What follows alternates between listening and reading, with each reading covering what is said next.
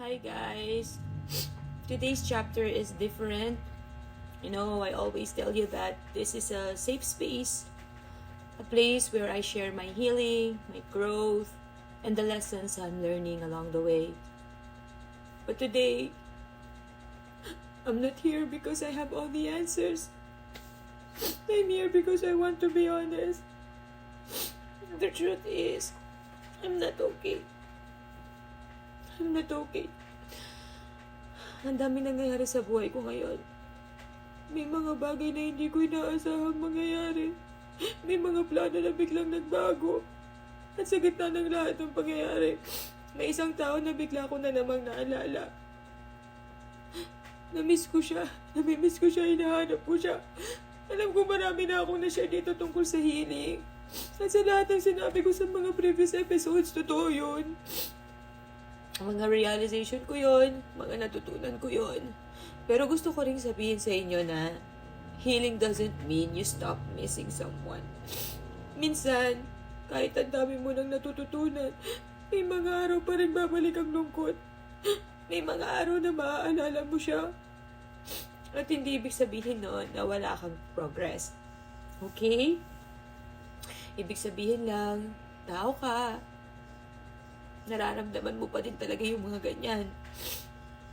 Sa totoo lang, halos lahat ng alaala ko sa kanya masaya. Wala akong maalalang nag-away kami. Walang misunderstanding, walang tampuan. Wala. Kaya siguro ang hirap tanggapin. Because sometimes, the hardest people to let go of are the ones who didn't leave after a fight. They simply became part of your silence.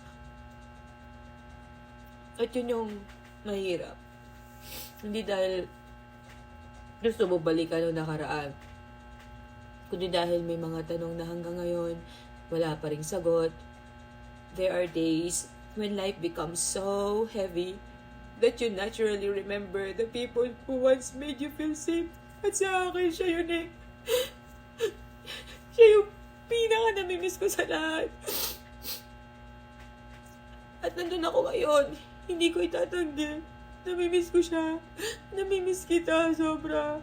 Araw-araw. Lalo na ngayon. Because there was a time when life was falling apart. And you were there to remind me that everything would be okay. Ngayon, iba na ang sitwasyon. Hindi ko alam kung babalik ka ba. Hindi ko alam. Minsan naiisip ko kung nandito kaya siya.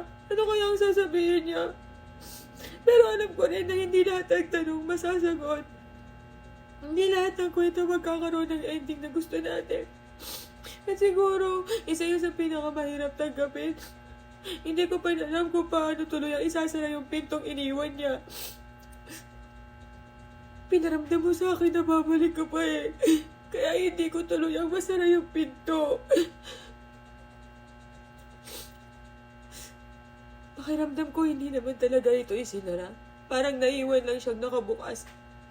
At nandun ako sa gitna. Nilagay mo ako sa gitna. Hindi makabalik. Hindi rin tuluyang makaalis. Sa gitna lang ako. Pero kahit ganito ang nararamdaman ko ngayon, isa lang ang alam ko. Pagpapatuloy ko pa rin yung buhay ko. Siyempre, babangon pa rin ako. Nagpapatuloy ako. Para sa mga pangarap ko. Magpapatuloy ko pa rin tong channel na to. Hindi dahil okay na ako, kundi dahil naniniwala akong one day, I'll look back at this video and I'll realize that this wasn't the end of my story. It was simply one of the chapters. If you're watching this, and if you're missing someone today, I just want you to know, hindi ka nag-iisa. Hindi ka nag-iisa. Marami tayong nagkakaganito. Yun lang guys. Thank you for allowing me to be honest. Again, I'm Kate. And this is Unfolding Kate. See you in the next chapter. Bye!